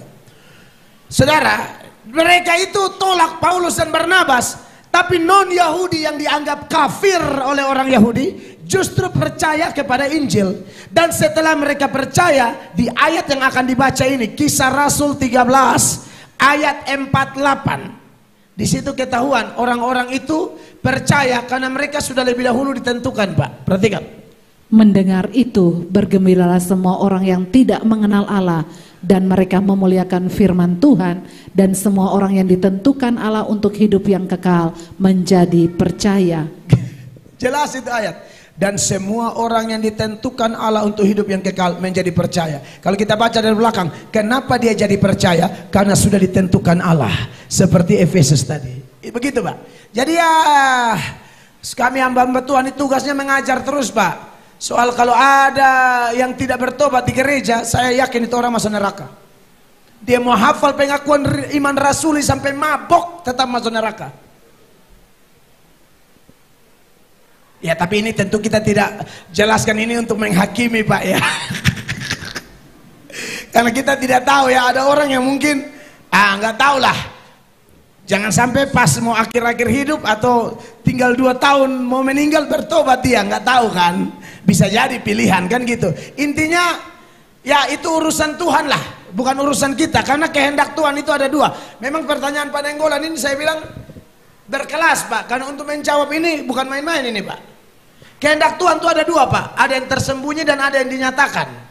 Ulangan 29 ayat 29, ada dasar. Ulangan 29 ayat 29. Hal-hal yang tersembunyi ialah bagi Tuhan Sampai di Allah situ. kita. Hal-hal yang tersembunyi ialah bagi Tuhan Allah kita. Kapan kiamat? Urusan dia, nggak usah kau cari tahu. Itu tersembunyi. Kadang-kadang ada orang Kristen ngotot cari yang tersembunyi. Salah ini pedomannya. Yang tersembunyi bukan pedoman kita. Ini ayat mengatakan hal-hal yang tersembunyi ialah bagi Tuhan. Kapan kiamat? Siapa dipilih, siapa tidak dipilih? Aduh, bukan urusan kita. Saya yakin tidak ada pendeta yang bisa tuduh-tuduh. Kayaknya yang sebelah kanan ini beberapa orang kayaknya tidak, itu tidak bisa. Nggak ada kita diberi otoritas itu. Kecuali 40 penulis Alkitab Pak. Dari Musa sampai Yohanes beberapa dikasih tahu. Tapi kalau kita zaman sekarang saya yakin tidak Pak. Jadi kita tidak ada hak menghakimi, membabi buta orang. Tapi urusan kita adalah kehendak Allah yang mana? Lanjut. Tetapi hal-hal yang dinyatakan ialah bagi kita dan bagi anak-anak kita sampai selama-lamanya. Sampai di situ. Yang tersembunyi urusan Tuhan Allah. Yang dinyatakan di sini itu urusan kita. Apa yang dinyatakan? Belum bertobat, bertobat. Ada kepahitan, ampuni. Apalagi? Jangan jauhkan diri dari pertemuan ibadah. Buang itu mabok. Buang itu pesta pora. Yang ada niat selingkuh, bertobat. Nah, itu dinyatakan semua di sini. Inilah pedoman kita, bukan yang tersembunyi. Begitu penenggolan. Selebihnya urusan Tuhan lah itu. Tuhan berkati Pak. Ya. Baik, terima kasih Pak Pendeta. Terima kasih Pak Nainggolan untuk pertanyaannya. Saya rasa pertanyaan ini cukup membuat kita untuk mengoreksi diri. Artinya kalau saya sudah ke gereja jadi Kristen, sebenarnya hati kita itu tulus enggak? Taatnya itu memang dari hati kita enggak? Atau supaya kelihatan orang Kristen jadinya ke gereja, tapi di hatinya penuh angkara murka mungkin. Baik, terima kasih Pak tanggapannya. Dari atas apakah ada pertanyaan sebelum saya bacakan yang tertulis? Baik. Ada? Ada nih satu. Oke, silakan. Terima kasih. Dari Erwin Nenggolan juga. Nenggolan ya. Silakan Pak. Baik. Tadi saya mendengar Pak Melato mengatakan ada perbedaan cara kerja Roh Kudus. Di perjanjian lama Roh Kudus datang pergi, tetapi di perjanjian baru Roh Kudus diberikan, dimateraikan. Artinya Roh Kudus yang sudah diberikan itu tidak akan pernah hilang dari kita ya yang percaya. Yang saya mau tanyakan begini Pak, 2000 tahun yang lalu ketika Pentakosta, Roh Kudus diberikan kepada para murid. Perubahannya instan Pak. Artinya kerja Roh Kudus itu instan Pak. Merubah para murid dari yang dulunya lemah ataupun bla bla bla, kemudian berubah, mereka jadi taat memberitakan firman. Kenapa sekarang seperti Bapak bilang tadi, Roh Kudus bekerjanya perlahan-lahan Pak. Merubahnya satu, bahkan nanti balik lagi gitu. Sehingga saya dari berpikir itu, kok ada perbedaan ya cara Roh Kudus? Padahal roh yang sama yang datang dari Allah, kenapa dia berubah-ubah begitu? Satu lagi, begini Pak, kalau tadi Bapak bilang tentang pemilihan, saya sudah ke gereja bertahun-tahun misalnya, tapi saya bukan orang pilihan Pak. Ini kasihan dong sama saya Pak, atau sama yang lain-lain.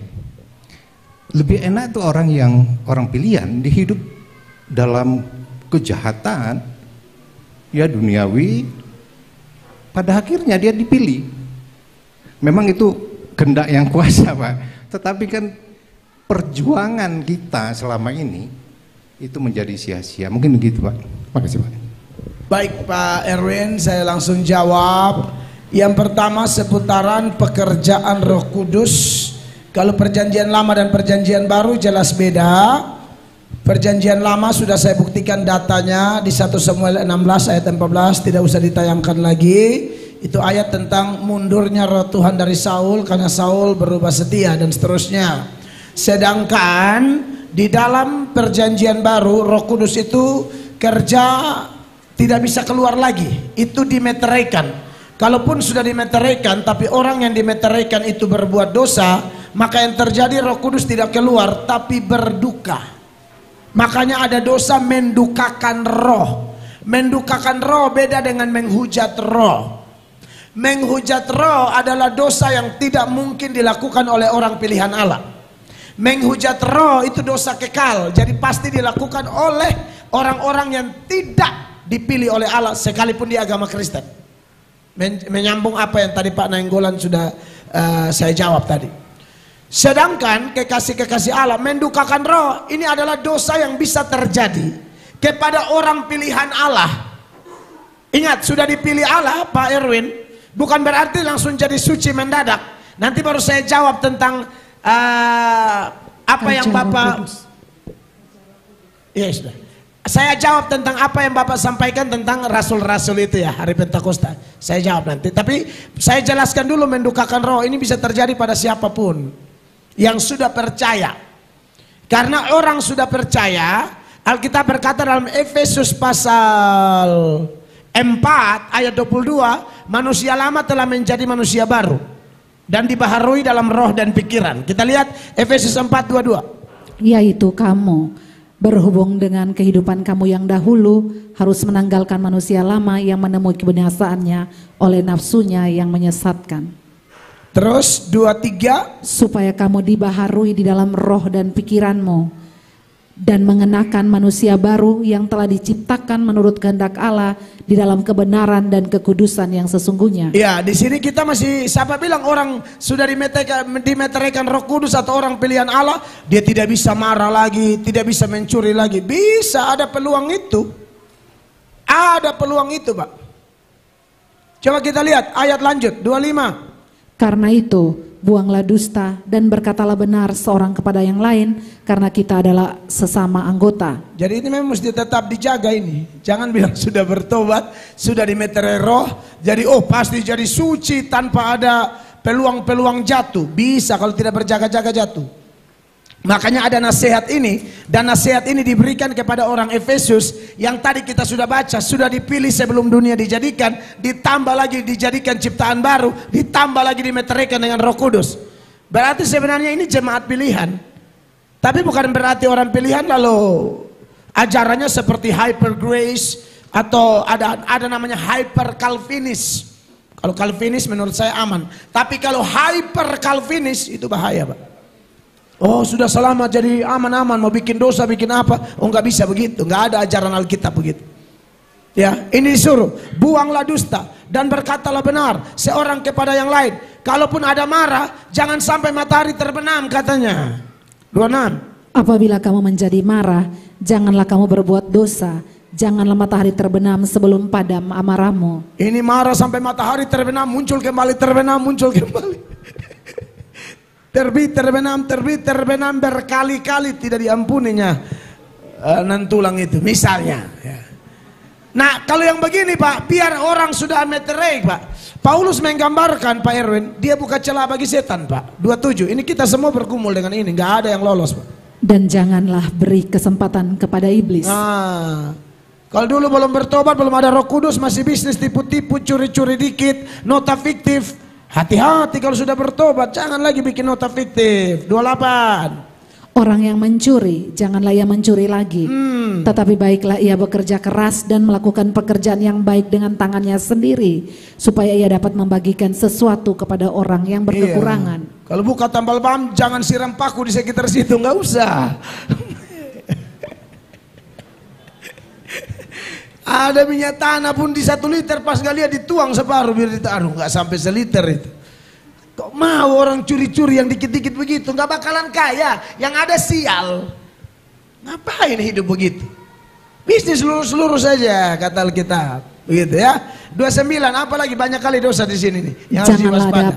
janganlah ada perkataan kotor keluar dari mulutmu, tetapi pakailah perkataan yang baik untuk membangun di mana perlu, supaya mereka yang mendengarnya beroleh kasih karunia. Kenapa kita harus hati-hati dengan daftar dosa-dosa ini sebagai contoh? Masih banyak dosa, cuma dicontohkan cuma ini. Karena ayat 30-nya, perhatikan. Dan janganlah kamu mendukakan Roh Kudus Allah yang telah memeteraikan kamu menjelang hari penyelamatan. Iya, jadi Pak Erwin, jadi walaupun sudah ada Roh Kudus, bukan berarti main-main pergumulan berat. Tapi Pak Erwin tanya, kenapa ya kok zaman sekarang kayak lamban gitu lah. Sedangkan kayak rasul-rasul selepas hari Pentakosta itu kelihatan beres-beres. Siapa bilang Pak? Siapa bilang Pak? Itu garis besar ceritanya Pak. Detail-detailnya kita tidak tahu. Tapi saya mau kasih tahu Pak. Petrus itu pengkhotbah yang dipakai Tuhan Pak. Satu kali khotbah 3.000 orang bertobat, pernah munafik Pak. Gara-gara munafiknya itu Paulus tegur, inilah kejujuran kitab suci Pak. Di mana munafiknya Petrus, hamba Tuhan yang dipenuhi Roh Kudus itu ada Pak di dalam Galatia pasal 2 mulai ayat 11. Perhatikan. Tetapi waktu Kefas datang ke Antiokhia, aku berterang-terangan menentangnya sebab ia salah. Tunggu dulu, Galatia 2 ayat 11. Ulang. Tetapi waktu Kefas datang ke Antiokhia, aku berterang-terangan menentangnya sebab ia salah. 12 jemaat baca, suara keras bersama istri 1, 2, 3. Karena sebelum beberapa orang dari kalangan Yakobus datang, ia makan sehidangan dengan saudara-saudaranya yang tidak bersunat. Tetapi setelah mereka datang, ia mengundurkan diri dan menjauhi mereka karena takut akan saudara-saudara yang bersunat. 13 jemaat, 2, 3. Dan orang-orang Yahudi yang lain pun turut berlaku munafik dengan dia, sehingga Barnabas sendiri turut terseret dalam kemunafikan mereka. Bapak lihat itu yang munafik bukan hamba-hamba Tuhan main-main tuh Pak. Petrus, Barnabas, munafik semua. Artinya begini Pak, saya yakin kok semua sama Bapak. Tapi kalau Bapak bilang lamban-lamban, saya lebih kepada komitmen orang untuk intim sama Tuhan. Jawaban saya yang tadi kepada Hotma itu juga sangat kuat kaitannya dengan apa yang Bapak tanyakan. Jadi memang kita harus bekerja menjaga kehidupan rohani kita Pak. Saya percaya yang lamban-lamban itu karena angin-anginan. Mungkin 1 minggu baca Alkitab cuma 2 kali, makanya lambat. Kalau saya Pak tiap hari Pak, saya persembahkan tiap hari selain hari Minggu, hari pelayanan 3 jam dengan Tuhan Pak. Saya tiap hari Pak. Saya tahu tugas saya berat, beritakan Injil keliling. 1 jam baca Alkitab, 2 jam berdoa Pak. 1 jam berdoa dengan istri anak, 1 jam sendiri Pak. Saya tahu tugas saya berat, nggak bisa pendeta nggak berdoa. Bahaya kita, saya tidak mau. Dan saya rasakan perubahannya Pak. Istri saya saksi hidup Pak. Di saat jam doa saya bermasalah, berantem terus Pak. Berantem terus biar pendeta. Tapi saya hampir tidak pernah berantem lagi sejak kita dua berdoa bersama. Dan doa kita bukan doa untuk diri sendiri aja. Doa buat bangsa-bangsa, semua sinode, pemerintah, eksekutif, yudikatif, legislatif, PBB, semua kita sapu kasih rata. FBI, semua CIA, Israel, Iran, semua. Edis, semua kita doakan. Iya, Edis TV pun kudoakan temanku itu. Kemarin jumpa kita di Amerika sana. Zaifuddin Ibrahim kudoakan supaya pendeta-pendeta nih sama-sama belajar, sama-sama rendah hati. Itu aja. Saya tidak mau hamba Tuhan berantem, nggak mau saya. Dulu-dulu saya masih muda, masih darah panas. Sekarang sudah tambah tua, puji Tuhan lah. Khotbahnya aja yang panas, yang lain dingin ya. Ya jadi gitu Pak Erwin ya. Menurut saya sama aja gitu. Oke, yang berikut menjawab juga pertanyaan Pak Erwin yang kedua. Sebenarnya ada kaitannya juga. Kasihan kali ya orang yang sudah Kristen tahu-tahu nggak dipilih. Sebenarnya Pak, lagi-lagi jawaban saya kepada Pak Nenggolan, itu bukan urusan kita Pak. Kan Bapak berandai-andai. Sekali lagi, dipilih tidak dipilih nggak ada yang tahu Pak. Pokoknya urusan kita taat pada yang ini. Kalau orang taat pada ini, saya yakin sudah ada tanda-tanda bahwa memang dia orang pilihan Pak. Saya yakin, apalagi seperti Pak moderator bilang, setulus apa, itu menentukan Pak. Jadi uji diri masing-masing aja. Tak usah lagi bilang, aduh jangan-jangan aku nggak dipilih. Nggak ada urusan kita. Tidak ada pedoman yang suruh kita mengira-ngira seperti itu. Nggak ada urusan Pak, nanti fatalis. Jadi urusan kita Pak, apa yang dinyatakan Pak. Begitu Pak, seperti ayat-ayat tadi, buang dosa ini, buang aja. Saya yakin kalau berhasil buang, itu orang pilihan Allah. Nggak ada Pak orang yang jerih payah tapi sia-sia kalau dia orang pilihan, nggak ada.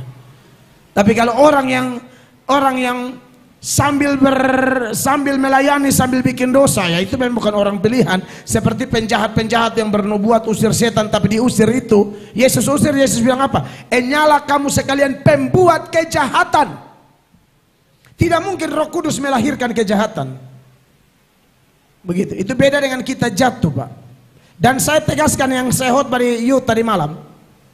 Tandanya begini Bapak Ibu.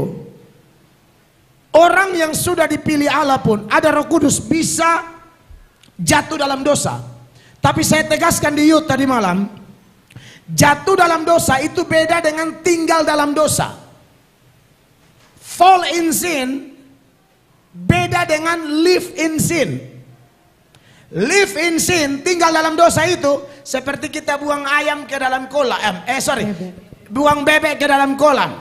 Itu live in sin. Bebek itu kalau masuk air senang dia, menikmati, mau berjam-jam di situ. Ayam sentuh sedikit langsung keluar.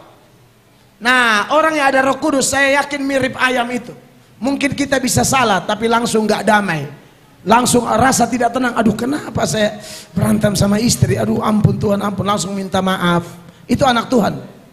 Itu anak Tuhan sejati. Anak Tuhan sejati yang dipilih Allah bukan berarti tidak bisa jatuh, bisa. Tapi waktu jatuh tidak ada sejahtera di sini. Tapi kalau orang Kristen yang palsu bikin dosa senang, bangga, cerita lagi dulu aku ini, waduh banyak kali cewekku, dada sap gitu katanya. Diceritakan lagi sap katanya. Bangga dengan dosa-dosanya. Anak Tuhan sejati bisa jatuh tapi tidak bangga. Anak Tuhan palsu yang tanpa Roh Kudus, walaupun beragama Kristen, walaupun majelis, walaupun ikut kor. Tapi ini yang seragam kuning ya, yang 2 tahun lalu. Di wilayah Bengkulu Utara ini, nggak ada di Bengkulu Tengah. Ya, tapi kalau dia bikin dosa dia senang Pak Erwin, saya yakin dia palsu. Begitu Pak, Tuhan berkati. Baik, terima kasih Pak Pendeta. Ini pertanyaan terakhir saya rasa karena tinggal 10 menit Pak ya. Saya akan satukan 2 pertanyaan ini. Yang pertama, bagaimana cara orang yang sudah larut dalam dosa mengalami pembaharuan roh? Dan pertanyaan yang kedua, ini praktis, bisa disatukan nanti di mix. Bagaimana pandangan Pak Mel mengenai rokok? Aha. Sepaket ya Pak ya.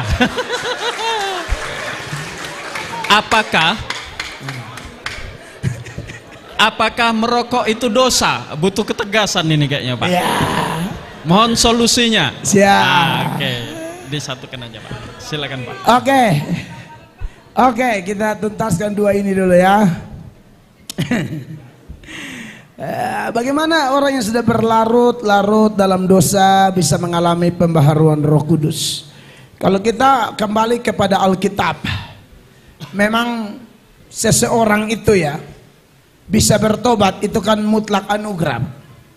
Dan ini juga menjawab pertanyaan Pak Erwin tadi, Pak Nainggolan semua, bahwa semua yang dipilih Allah pasti akan bertobat, tidak peduli masa lalunya.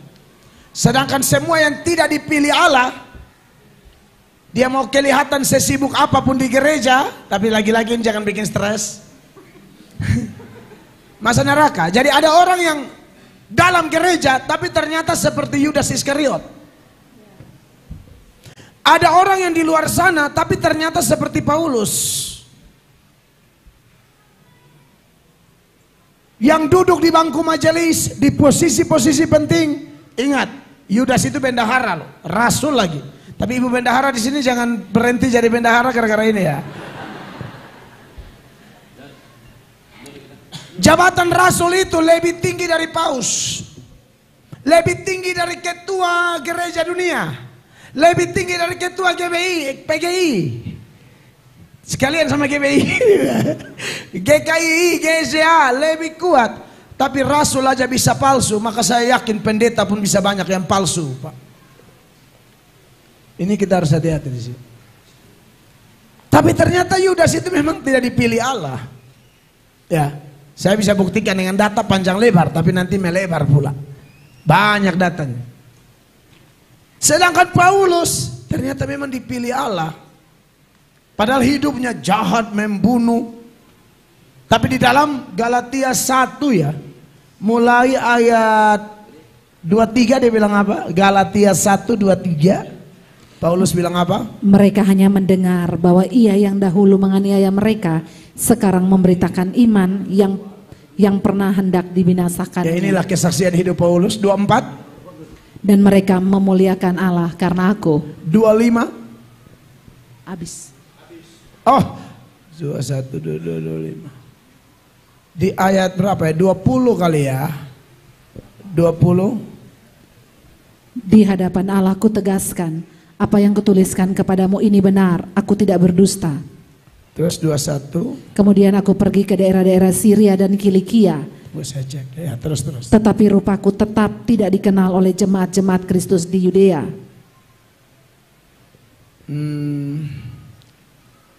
Ayat 15 yang saya maksudkan ya. Tetapi waktu ia yang telah memilih aku sejak kandungan ibuku dan memanggil aku oleh kasih karunia-Nya. Paulus yakin sekali masih di kandungan ibu pun sebenarnya dia sudah ditetapkan jadi hamba Tuhan. Tapi dia tahu itu saat dia bertobat, Pak. Sebelumnya dia nggak tahu. Kenapa dia bisa tahu? Saya yakin Roh Kudus ini pengalaman istimewa, Tuhan bicara langsung dengan dia. Bahkan dia ajar kita perjamuan di 1 Korintus pasal 11 24 sampai 26, 23 sampai 26. Dia bilang aku terima langsung dari Tuhan. Jadi memang itu pengalaman istimewa. Tuhan ajar langsung dia. Termasuk hal ini nih saya yakin. Jadi kalau orang yang sudah terlanjur berdosa, Pak, bagaimana supaya dibaharui Roh Kudus? Dari sisi Tuhan, Pak, sudah pasti ini pemilihan. Sudah pasti ini pilihan Allah. Allah yang memilih dia. Tidak ada orang bisa datang kepada Yesus kalau tidak ditarik oleh Bapa. Yohanes 6 ayat 44 berkata demikian. Tidak ada seorang pun dapat datang kepadaku jikalau ia tidak ditarik oleh Bapa yang mengutus aku, dan ia akan kubangkitkan pada akhir zaman. Makanya di sini lagi-lagi saya kalau khotbah Pak ada yang bertobat, saya hanya menangis dengan Tuhan, Pak. Terima kasih Tuhan, tunjukkan lagi siapa yang Bapak tarik. Bukan saya yang tarik, nggak ada pendeta bisa tarik orang. Tolong ini disadari buat kita semua. Nggak ada, Pak. Paulus bilang aku tanam, Apolos siram, pertumbuhan Allah. Jadi kalian jangan bertengkar soal pendeta, hamba Tuhan. Oh ini yang lebih baik, ini lebih baik. Ya. Tuhan yang buat orang bertobat. Semua kita kerja aja sungguh-sungguh. Tanam-tanam betul, siram-siram betul. Tapi bertumbuh bukan kita. Tidak ada pendeta layak terima kemuliaan. Jadi dari sisi Allah pasti Allah bekerja. Tapi dari sisi kita, memang kita harus buat keputusan tegas, Pak. Jangan, itu sisi Allah, urusan Allah lah. Sisi kita, dengar jangan keraskan hatimu, kata penulis Ibrani. Lihat aku berdiri dan mengetok. Kalau ada orang mendengar suaraku dan membukakan pintu, aku masuk. Kenapa dipakai kata buka pintu? Karena kunci kau yang pegang, seolah-olah begitu. Ayo buat keputusan, buka pintunya. Yang kedua, rokok. Ngopi dulu, Pak. Ngopi dulu. Ini kawannya rokok ini.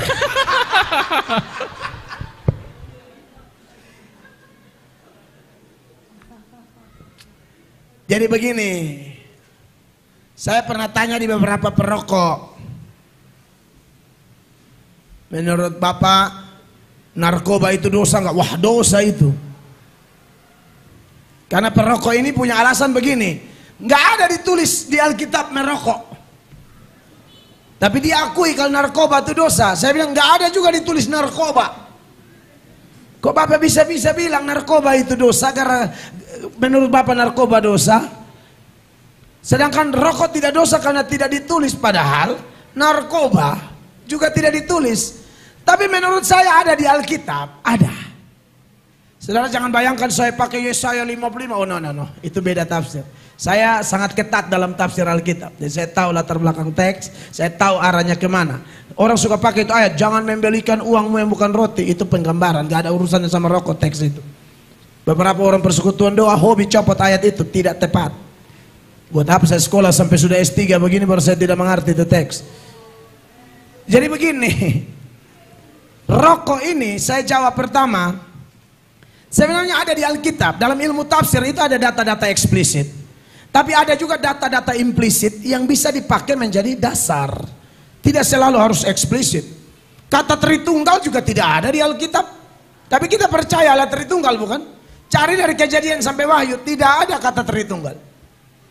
Itu gabungan dari data-data tentang ketunggalan Allah dan kejamakan Allah, digabunglah. Lalu orang pertama yang mengeluarkan istilah itu bernama Tertullian atau Tertullianus. Kurang lebih tahun 325 Masehi. Muncullah Tritunggal karena itu akumulasi data. Nah, rokok, judi, itu tidak ada kata judi di Alkitab. Tapi judi itu ada kaitan dengan hamba uang. Judi itu ada kaitan dengan 1 Korintus 6 ayat 10. Akar segala kejahatan adalah cinta uang. Karena memburu uanglah orang kemudian mengorbankan iman dan rela disiksa dan lain sebagainya. 1 Timotius 6 ayat 10. Ini untuk lari ke rokok sehingga ke judi dulu. 1 Timotius 6 ayat 10. Karena akar segala kejahatan ialah cinta uang. Sebab oleh memburu uanglah beberapa orang telah menyimpang dari iman dan menyiksa dirinya dengan berbagai-bagai duka. Iya. Nah, rokoknya mana? Secara implisit saya tunjukkan ya. Galatia 5 mulai ayat 19. Ini daftar orang-orang penghuni neraka. Perhatikan. Perbuatan daging. Iya, pelan-pelan. Perbuatan daging telah nyata, yaitu percabulan, kecemaran, hawa nafsu, penyembahan berhala, 20. penyembahan berhala, sihir, perseteruan, perselisihan, iri hati, amarah, kepentingan diri sendiri, percidiraan, roh pemecah belah, 21. kedengkian, kemabukan, pesta pora, dan sebagainya. Terhadap semuanya itu kuperingatkan kamu, seperti yang telah kubuat dahulu, bahwa barang siapa melakukan hal-hal yang demikian, ia tidak akan mendapat bagian dalam kerajaan Allah. Nah, ini yang tidak masuk surga. Tapi masalahnya rokoknya mana? Kan bapak-bapak perokok udah tunggu, mana rokok? Belum ada kan? Garis bawahi kalimat dan sebagainya. Masukin sendiri ke dalam.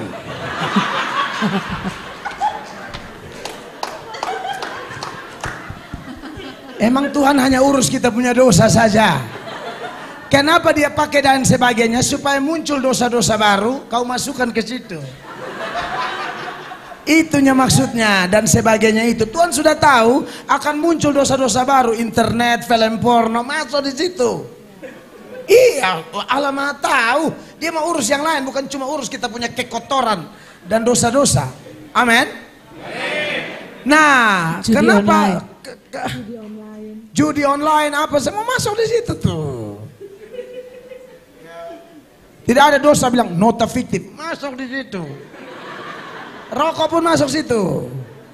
Lalu saya mau kasih tahu begini. Merokok itu memang melanggar hukum kasih ya. Saudara tahu hukum kasih ya? Mengasihi Tuhan Allah, mengasihi sesama seperti Diri sendiri. jangan lupa mengasihi diri, Pak.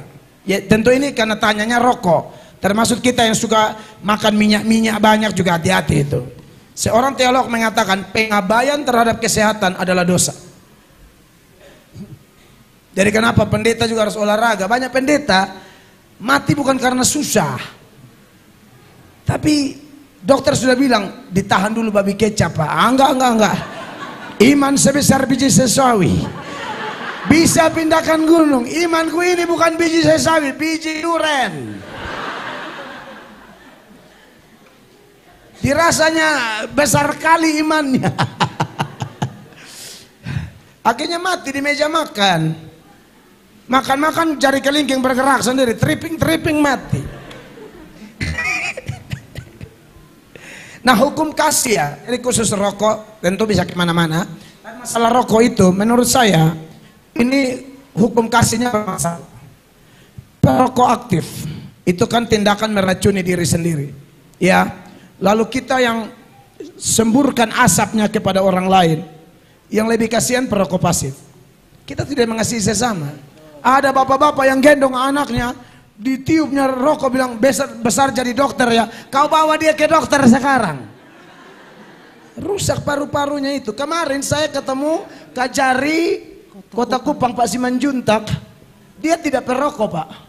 Tapi di sinodenya dia itu, ada sinodenya di Kupang. Habis ibadah satu ruangan tuh merokok semua. Bapak ini langsung sakit, Pak. Perokok itu membunuh bapak ini sebenarnya. Iya. Makanya kenapa di bandara, di mal-mal itu ada kandang khusus, ku bilang. Kandang khusus buat perokok biar kau saling tiup di situ. Biar mati kalian berdua di situ.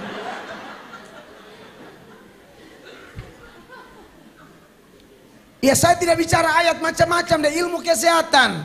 Orang merokok itu tidak mengasihi diri dan tidak mengasihi sesama. Masih bisakah engkau dikatakan mengasihi Allah padahal kaki-kakimu ini patah semua? Saya yakin tidak.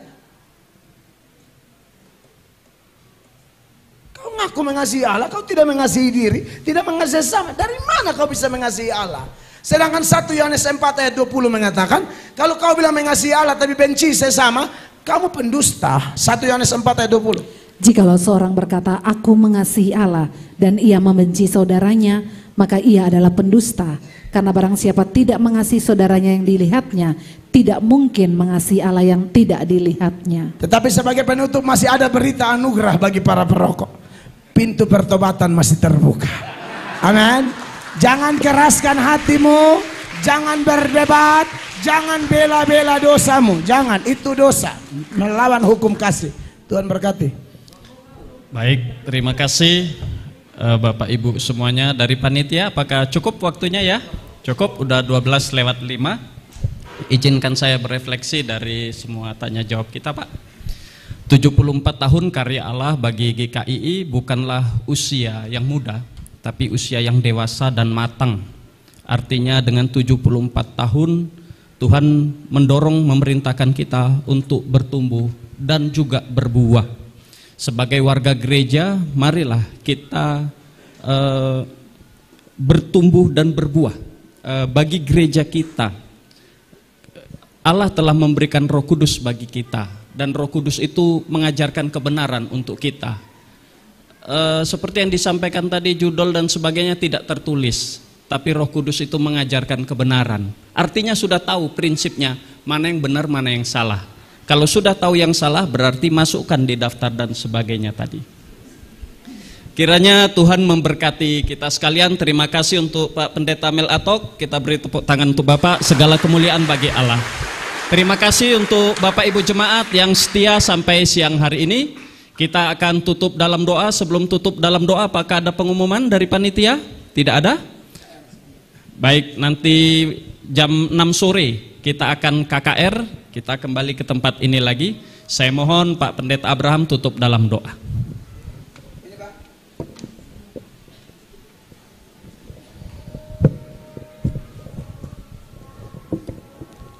Baik, saya undang kita bangkit berdiri sebelum kita selesai.